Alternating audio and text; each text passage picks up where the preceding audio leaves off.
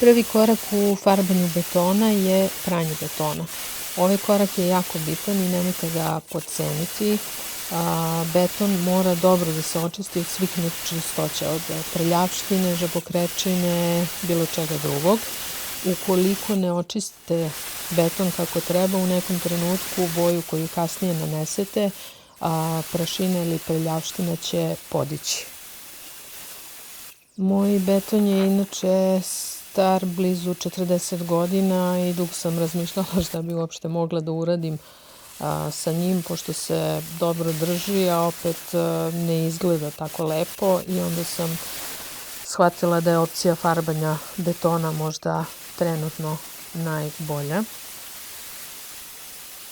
Inače, beton sam oprala peračem pod pritiskom i on je odlično odradio ovaj posao. S obzirom da živim u kući, kupovina ovog perača pod pritiskom se apsolutno isplatila.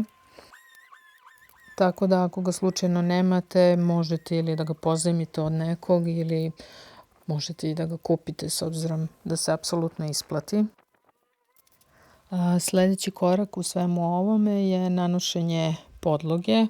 U farbari u kojoj kupujete boju za beton, oni će vam predložiti i podlogu koju nanosite, kako se ona rastvara i sve ostalo u vezi sa tim. Sušenje traje obično između 6 i više sati. Ja sam ovdje napravila neku pauzu 24 sata da bi se sve to lepo osušilo i sljedećeg dana sam mogla da krenem sa farbanjem.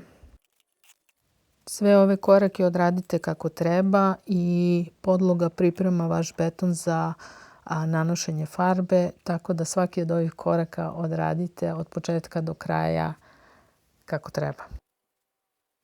Kod farbanja je najbolje prvo da odradite ivice četkom, a kasnije sa valjkom da prođete ostale delove i da ne biste umazali zid ili pločice ili šta god da se nastavlja na beton, i generalno sve to onda kasnije ide brzo. Može da ide jedna ili dve ruke boje, to je neki vaš izbor u zavisnosti od koju jačinu boje želite da bude i koliko želite da bude postojana. Ja mislim da sam ovdje prošla 2 ruke i beton je dobio skroz drugačiji izgled u odnosu na ono kako je izgledao.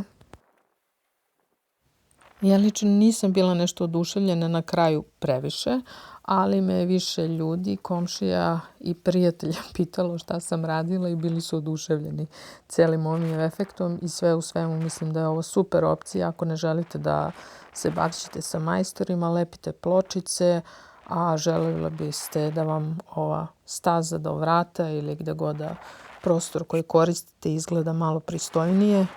Ovo je super opcija i brzo se radi, u roku od 2 dana imat ćete novi, lepši beton. Mislim da u svakom slučaju vredi truda, a nije preveliko maltretiranje. I svakako je velika ušteda novca u odnosu na sve druge opcije koje postoje.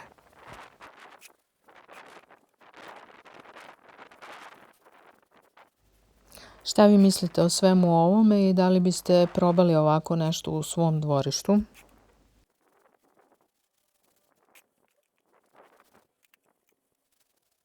Nadam se da vam se ceo video svideo i da vam je bio koristan.